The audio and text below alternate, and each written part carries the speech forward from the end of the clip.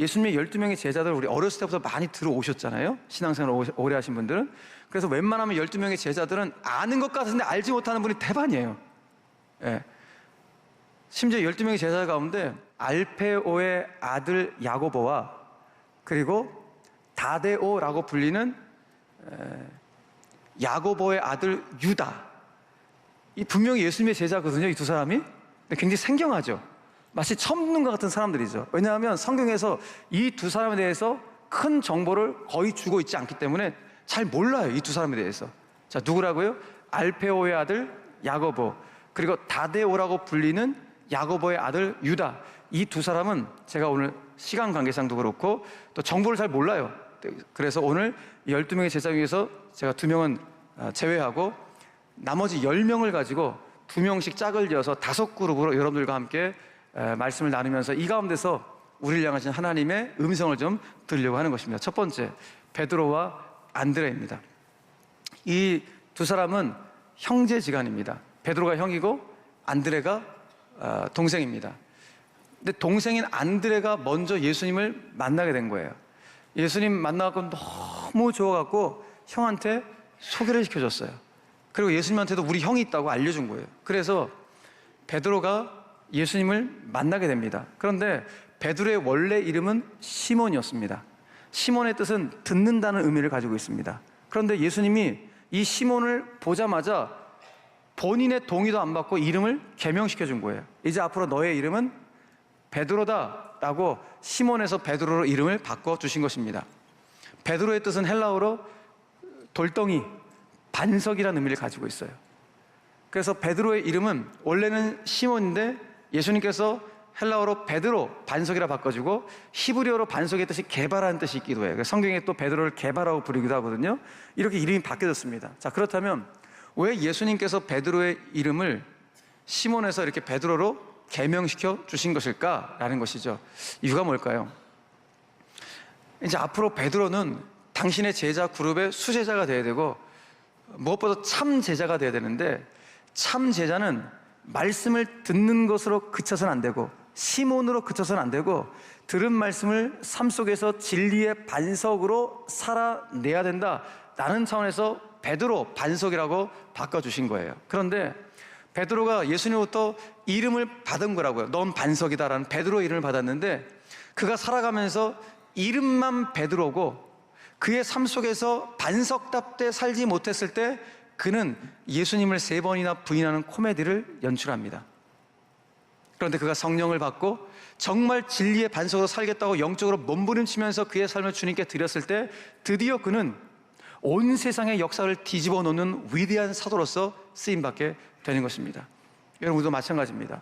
우리도 하나님으로부터 존귀한 이름을 받았습니다. 우리도 계명됐습니다. 성도라고, 그리스도인이라는 엄청난 이름을 받았습니다. 그런데 저희 여러분들이 이름만 받고 그 이름대로 살아가지 못한다면, 진리의 반석으로 살아가지 못한다면 우리도 언제든지 예수님을 배반할 수 있는 그런 연약한 자임을 한순간도 잊어서는 안 됩니다.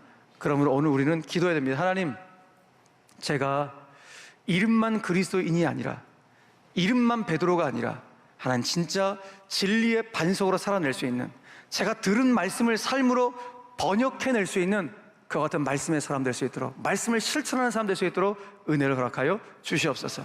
그래서 올 한 해 들은 말씀이 내 인격을 변화시키고 들은 말씀이 내 개인과 삶의 자리를 정말 완벽하게 아름답게 변화시킴으로 말미암아 저 여러분들의 삶의 자리가 그야말로 진리의 반석에 우뚝 서서 올 한 해가 그야말로 말씀 실천형 한 해가 되시기를 주 예수 그리스도 이름으로 간절히 축원합니다. 그래서 오늘 첫 번째로 기도할 것은 주여 나의 삶을 진리의 말씀으로 리터치하여 주시옵소서.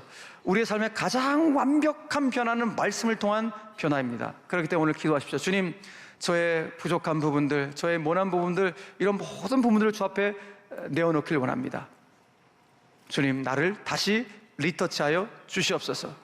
여러분, 예수님의 제자들이 많았다고요. 그 많은 자들 중에, 따라왔던 많은 자들 중에서 주님이 12명을 세우셔서 그들을 리터치한 거예요. 그러므로 중요한 것은 저 여러분들 주님을 따라가셔야 되고, 그리고 우리 안에 있는 아픔들, 모자람들, 부족한 분들을 주 앞에 내어놓는 것입니다. 내어놓는 그 순간부터 주님의 리터치는 시작되는 줄로 믿으시길 바랍니다. 주님, 어떻게 우리 리터치 하실까요? 지혜가 부족하면 당신의 명철과 지혜를 채워주심으로 리터치하실 것이고, 살아갈 의지가 꺾여졌다면 다시 한번 살아갈 희망을 품게 하시고 용기를 주시면서 리터치하여 주실 것입니다. 심지어 내 어떤 모난 기질 때문에 관계가 엉망으로 뒤엉켜버린 그런 삶을 살고 있다면 그 기질조차도 변화시켜서 우리를 변화시키는 분이 우리가 믿는 주님인 줄로 믿으시길 바랍니다. 그러므로 오늘 저와 여러분들은 주님, 오늘도 들려지는 말씀이 한 귀로 듣고 한 귀로 흘려지는 것이 아니라 제가 진리의 반석되게 살아낼 수 있는 이 말씀을 삶으로 번역해낼 수 있는 말씀의 사람 되게 하여 주시옵소서. 이런 리터치의 역사가 우리 모두 가운데 있게 되기를 주님의 이름으로 간절히 축원합니다. 자, 두 번째 인물은 세베대의 아들 야고보와 요한입니다. 이 두 사람도 형제지간입니다. 야고보, 요한. 그런데 예수님께서 이 두 형제를 만나시자마자 이 두 형제와 생활하다 보니까 얘네들이 너무 기질이 뭐라 그럴까요? 제가 좀 험한 말 쓰겠습니다. 너무 개고기 같아요. 너무 과격해. 그러니까 예수님께서 이 두 사람한테 별명을 줘줬어요. 어떤 별명? 마가복음 3장 말씀 보니까 이 둘에게는 보아너게 곧 우레의 아들이란 이름을 더하셨으며, 우레의 아들이다, 니들은 벼락의 아들이다, 천둥의 아들이라는 별명을 지어줬습니다. 왜냐하면 이들의 기질이 막 불과 같아요. 너무 과격하니까 그 기질을 보고 주님이 이런 별명을 지어주셨는데, 이 두 사람의 기질이 한번 제대로 나온 적이 한 번 있었어요. 우리가 몇 장을 넘겨보면 누가복음 9장에 보면 예수님하고 예수님의 제자들이 저 예루살렘에 이제 사역을 하게 가고 있는 중인데, 예루살렘에 가기 위해서는 반드시 사마리아라는 도시를 지나야 돼요. 사마리아 들어섰는데 웬일인지 모르겠지만 그 사마리아 살고 있는 일단의 한 무리들이 예수님의 일행의 길 가는 걸 딱 막아서는 겁니다. 통제를 한 겁니다. 그때 야고보와 요한이 열이 받은 거예요. 아니, 니들이 뭔데 감히 예수님과 우리의 길을 막아서, 하면서 열이 받아갖고 예수님한테 이런 제안을 해요. 어떤 제안을 하는가? 누가복음 9장 말씀 보니까 제자 야고보와 요한이 이를 보고 이르되 주여, 우리가 불을 명하여 하늘로부터 내려 저들을 멸하라 하기를 원하시나이까? 자, 무엇을 제안한 거예요? 예수님, 열받지 않으세요? 저희 지금 너무 열받는데 저희들이 기도하겠습니다. 어떻게? 하늘로부터 불을 내려달라고 기도해서 저희들을 다 통째로 구워버릴까요? 태워버릴까요? 라고 이런 과격한 제안한 사람이 이 두 사람이에요. 그러니까 사람을 공격하고 사람에게 상처를 주는 일이 이들의 기질로 나타났던 것이죠. 여러분, 사실 야고보와 요한이 갖고 있는 이와 같은 기질은요, 때때로 공동체 안에서 필요하기도 해요. 예. 이런 뭔가 이렇게 이렇게 이런 분들 있죠. 이런 분들이, 이러면 공동체 진짜 필요해요. 왜냐하면 이런 분들이 기본적으로 일을 무서워하지 않아요. 어떤 일을 맡기면 질질 끌지 않아요. 말만 하지 않아요. 아싸하게 해놔요. 되든 안 되든 일단 아싸하게 해놔요. 그러니까 어떤 면에서 이런 분들의 기질은 장점이 될 수 있는 것이죠. 그런데 이 당시에 야고보와 요한, 주님의 리터치를 받기 전에 야고보와 요한의 이 기질은 장점이 될 수 있었지만 이들은 오히려 그 기질을 가지고 사람을 공격하고 상처를 주고 막 태워 죽이겠다고 할 정도로 이게 과격하게 사용된 기질이었던 거예요. 그런데 주님의 리터치를 통하여서 이들의 기질이 완벽하게 변화가 되기 시작합니다. 야고보, 엄청난 천둥 같은 사람이었는데 야고보가 주님의 리터치를 통하여서 복음을 증거하는데 그 기질이 그대로 나타나요. 정말 천둥같이 정말 이 복음을 강력하게 증거합니다. 그래서 예수님의 12명의 제자 중에서 가장 먼저 최초로 순교하는 최초의 순교자가 야고보가 되기도 합니다. 그만큼 강력하게 복음을 증거합니다. 그 기질이 복음을 증거하는 것에 리터치가 되었던 것입니다. 요한 같은 경우도 이 사람도 과격하게 이루 말할 수 없는 사람이었습니다. 그런데 주님의 리터치를 통해서 요한 같은 건 아예 기질이 변화가 되었어요. 야, 어떻게 이런 기질이 변화가 될까? 라고 의구심이 들 정도로 너무나 따뜻한 사랑을 하는, 그래서 주변 사람들로부터 야, 저 사람은 정말 사랑의 사도셔 라고 사랑의 사도라는 별명을 받을 정도로 기질이 완벽하게 변화된 사람이 요한이란 사람이었습니다. 여러분, 우리 여기서 깨닫습니다. 아, 그렇구나. 내 안에 있는 모남들, 부족함들, 허물들, 과격함들, 이런 것들이 단점 그대로 놔두면 약점이 되는데 이 단점이 주님의 리터치를 통과하면 장점으로 변화될 수 있구나 라는 사실이죠. 그러므로 오늘 우리들은 주 앞에 그걸 내려놓아야 돼요.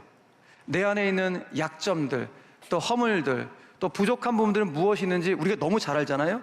주님, 이것을 주 앞에 내어놓습니다. 내어놓는 그 순간 주님의 리터치가 시작이 되어지는 것이죠. 그러므로 오늘 저와 여러분들 가운데 주님의 리터치를 통해서 우리의 약점이 강점으로 변화되는 축복이 있게 되기를 주님의 이름으로 축원합니다. 그래서 두 번째로 여러분 기도하실 것은, 주님, 나의 역점과 모자람을 당신의 강점으로 리터치하여 주시옵소서. 이것이 오늘 두 번째 기도의 제목이 되길 간절히 축원합니다. 자, 세 번째는 빌립과 바돌로메입니다. 빌립과 바돌로메는 친구 사이입니다. 아주 친한 친구 사이인데, 빌립은 그래도 많이 들어보셨는데 예수님의 제자 가운데 바돌로메, 이분도 약간 좀 어색한 분이죠. 잘 듣지 못했던 제자의 이름이기도 합니다. 뭐한 사람입니까 도대체 이 사람은? 성경을 찾아봐야 되는데, 바돌로메는 요한복음 1장에 나오는 나다나엘이라는 사람이 있는데, 이 나다나엘 가능성이 굉장히 높은 사람이 바돌로메예요. 그러니까 빌립이 이 나다나엘한테 요한복음 1장에서 예수님 만나고 너무 좋으니까 친구 이 바돌로메에게, 나다나엘에게 와보라 라고 이야기합니다.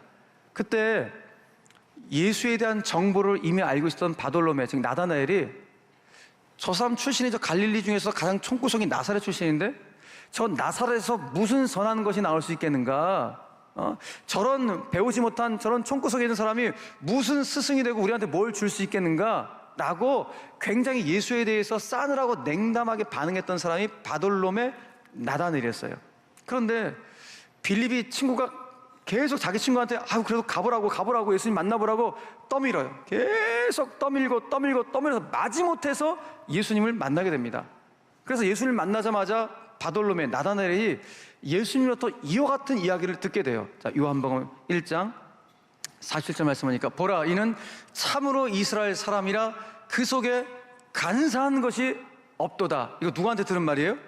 예수님한테, 처음 만난 예수님한테 바돌로메가 들은 거예요.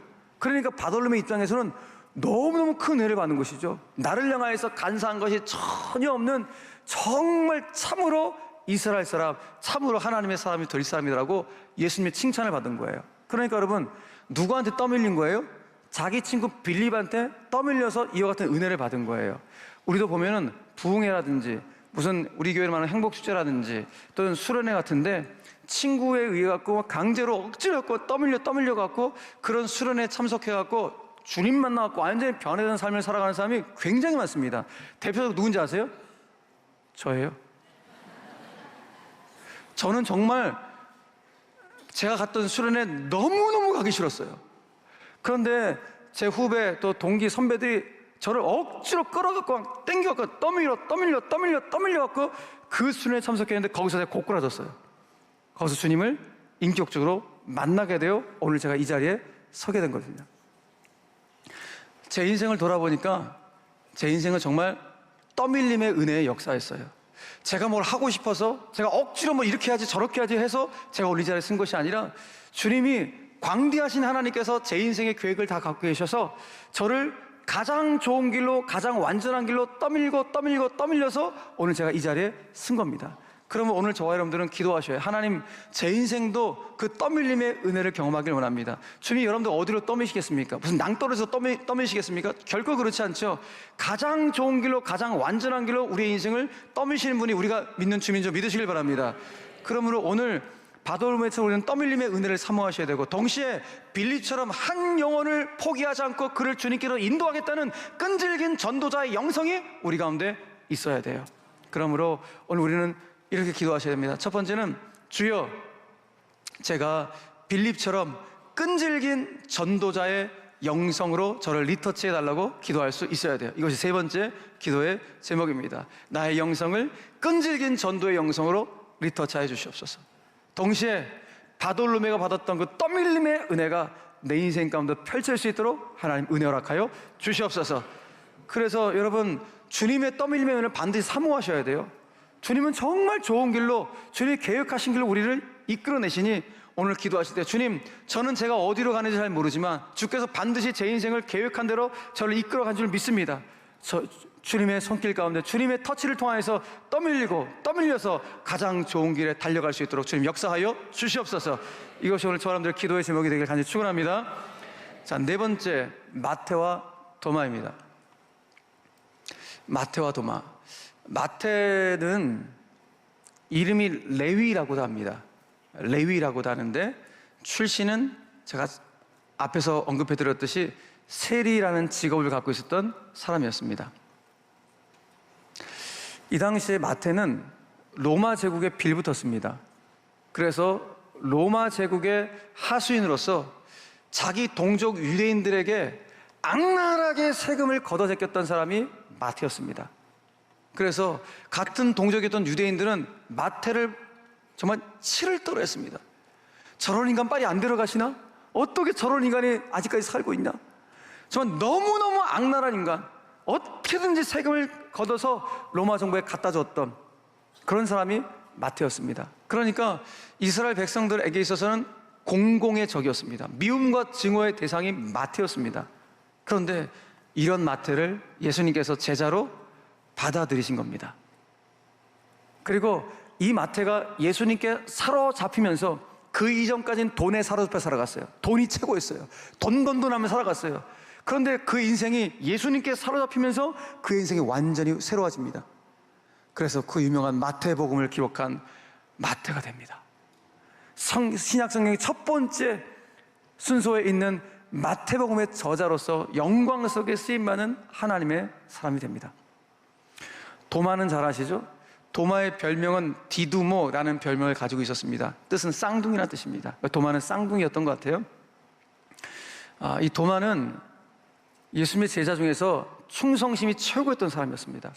자기 제자들과 함께, 자기 동료 제자들과 함께 우리 예수님과 함께 다 함께 죽으러 가자, 우리 함께 죽으러 가자라고 함께 이걸 이끌었던 자가 도마였습니다. 그러니까 충성심, 로열티가 이루 말할 수가 없는 사람이었어요.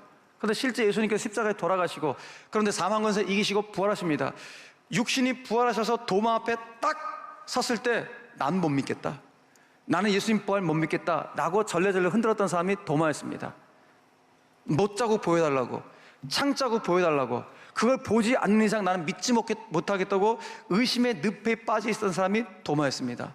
그런데 이 의심에 사로잡혀 있던 사람도 예수님의 손에 의해서 리터치가 되고 사로잡히자 그 의심에서 벗어나서 정말로 인도까지 가서 복음을 증거하는 엄청난 복음의 증인으로 쓰임받게 되는 것이 오늘 성경의 인물인 도마의 모습입니다.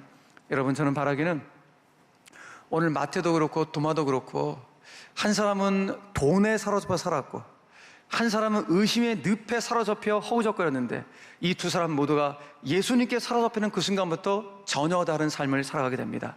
주님의 다스림과 통치 아래서 정말로 주님 주신 비전을 향하여 사명감을 붙잡고 살아가는 영광스러운 생애가 되는데, 오늘 저 여러분들 가운데 정말 주님의 사로잡힌 가운데 주님의 다스림을 받을 수 있는 하나님의 사람들 되시기를 주님의 이름으로 간절히 축원합니다. 혹 이 가운데 나 예배는 매주 드리고 있지만 아직까지 하나님 살아계신다는 거, 주님이 살아계신다는 건 못 믿겠어 라고 여전히 의심의 늪에 빠져 있는 분들이 있다면 오늘 기도하십시오. 주님, 저도 좀 믿음으로 리터치 해주십시오. 저에게 강력한 믿음을 주셔서 흔들리지 않고 그 진리의 길을 걸어갈 수 있도록 주님, 나를 믿음으로 리터치 해달라고 할 수 있는 오늘 그런 은혜가 있기를 간절히 바랍니다. 네 번째로 오늘 기도할 것은, 주님, 나의 의심을 당신을 향한 믿음으로 리터치하여 주시옵소서 기도하셔야 됩니다. 마지막 다섯 번째 인물은 셀롯인 시몬과 가룟 유다입니다. 자, 먼저 셀롯인 시몬인데, 자, 우리는 지금 누가복음을 보고 있는데요. 누가복음은 누가가 기록했잖아요. 근데 누가가 기록한 성경이 하나가 더 있는데 사도행전입니다. 그래서 누가복음과 사도행전은 이 사람을 셀롯인 시몬이라고 표기하고 있는데, 마태복음과 마가복음에서는 동일한 인물을 가나나인 시몬이라고 표현하고 있어요. 동일 인물입니다. 그런데 여기서 셀롯인, 가나나인은 어떤 지역 출신을 말하는 것이 아니라 열심당원을 의미하는 거예요. 열심당원은 무슨 말인가 하면은, 이 당시 2000년 전에 이스라엘은 로마의 압제 가운데 있었습니다. 그래서 많은 백성들이 로마의 핍박 가운데 살아가고, 꿈은 빨리 로마로부터 벗어났으면 좋겠다. 그런데 이게 세월이 가도 계속 로마의 압제 가운데 있는 거예요. 그런데 그 가운데 아니다, 우리 로마와 맞짱을 뜨자, 무력 충돌을 통해서라도 우리 로마로부터 해방될 거 아닌가 라면서 이렇게 반로마주의적 무력 운동가들, 민족주의 운동가들이 열심당원이었어요. 그 열심당원 중에 한 사람이 바로 여기 나오는 셀롯인 시몬이라고 말씀하고 있는 것이죠. 그러니까 예수 제자 공동체 안에 그 당시에 이념과 사상과 그리고 생각의 지향점이 다른 사람들이 함께 공동체 안에 제자로 있었다는 것을 보여주고 있는 것이죠. 마태와 같은 경우는 로마의 친로마주의자 아니겠습니까? 로마의 하수인으로 살았던 친로마주의인 마태가 있는 반면에 거기 정반대에 있는 셀러든 시몬 같은 사람, 반로마주의자로서 민족운동가로 활동했던 사람이 한데 예수 제자 공동체 안에 있다는 거 어마어마한 일입니다. 우리 여기서 깨닫습니다. 아, 그렇구나. 세상에 어떤 것도 우리를 하나로 뭉치지 못하게 하는데 복음만이 이념도 사상도 지향점도 초월하여 우리를 하나로 만드는 것이구나 라는 것을 알게 됩니다. 여러분, 그런 차원에서 저는 우리 수원제일교회는 모든 우리의 지향점이 다를지라도 이념도 사상도 색깔도 조금씩 다를지라도 여러분, 복음 안에서 하나를 이룰 수 있는 멋진 교회가 되기를 간절히 바랍니다. 요즘 우리 시대의 교회는 정치 성향대로 모이는 교회들이 얼마나 많은지 모릅니다. 정말 잘못된 교회입니다. 건강하지 못한 교회입니다. 교회는 그런 곳이 아닙니다. 이렇게 마태도 모일 수 있고 셀러든 시몬도 모일 수 있는 거, 내가 조금 정적인 성향이 달라도 이념이 조금 달라도 사상이 조금 달라도 그래도 복음 안에 있다면 내가 함께 신앙생활을 누릴 수 있는 곳, 그것이 바로 교회라는 곳입니다. 예수님의 12명의 제자들은 작은 교회였습니다. 그 작은 교회 안에 이렇게 다름을 존중하며 하나님의 교회를 세워가고 하나님 나라 확장을 위해서 일했던 그 제자 그룹을 우리에게 보여주고 있는 것이죠. 저는 바라기는 우리 교회가 이렇게 복음 안에서 하나 되어 일체감을 이룰 수 있는 멋진 교회가 되길 바라고, 우리 한 사람 한 사람은 정말로 주님의 영광을 달려갈 수 있는 우리 모두가 되기를 간절히 바랍니다.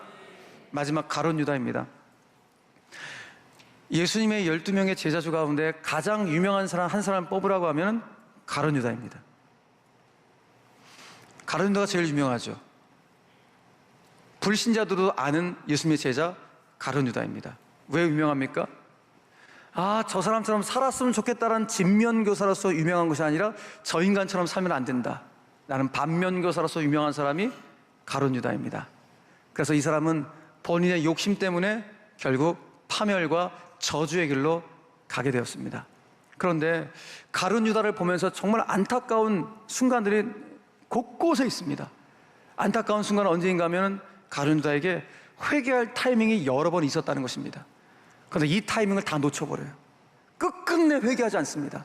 뭘 말합니까? 우리가 신앙의 여정 걸어가면서 때때로 죄도 또 범할 수 있고 하나님이 기뻐하시는 일도 할 수 있죠. 그때마다 하나님 분명히 우리 가운데 회개할 타이밍을 주실 것입니다. 그때 회개해야 됩니다. 회개할 타이밍을 벗어난 것만큼 어리석은 자가 없습니다. 그러므로 신앙인은, 성도는 가장 지혜로움이 무엇인가?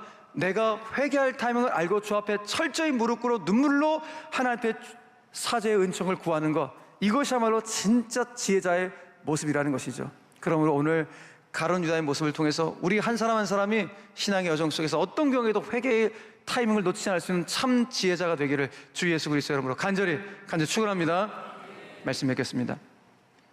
오늘 우리는 가룟 유다를 제외하고 나머지 11명이 주님과 함께 영광스럽게 주님의 리터치를 통해서 회복되어 정말 멋있게 인생을 살아가는 그런 제자들의 모습을 보았습니다. 출신이 참 다양했죠. 어부 출신도 있고 세리 출신도 있고 열심당원도 있었습니다. 그들이 살아왔던 삶의 내력이 다 달랐습니다.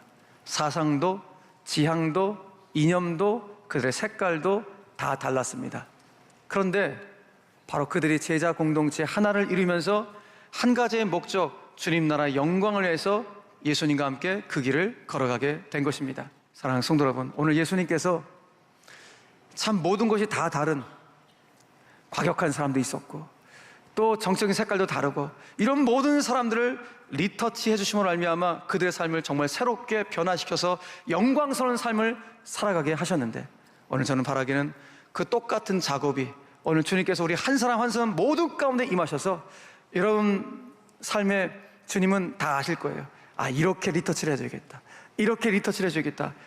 여러분에게 딱 맞는 맞춤형 리터치를 통하여서 우리의 삶이 올 한해 정말 회복되어지고 더 멋지고 더 영광스러운 인생을 기대할 수 있는 2026년 한 해가 되기를 주 예수 그리스도의 이름으로 간절히 축원합니다.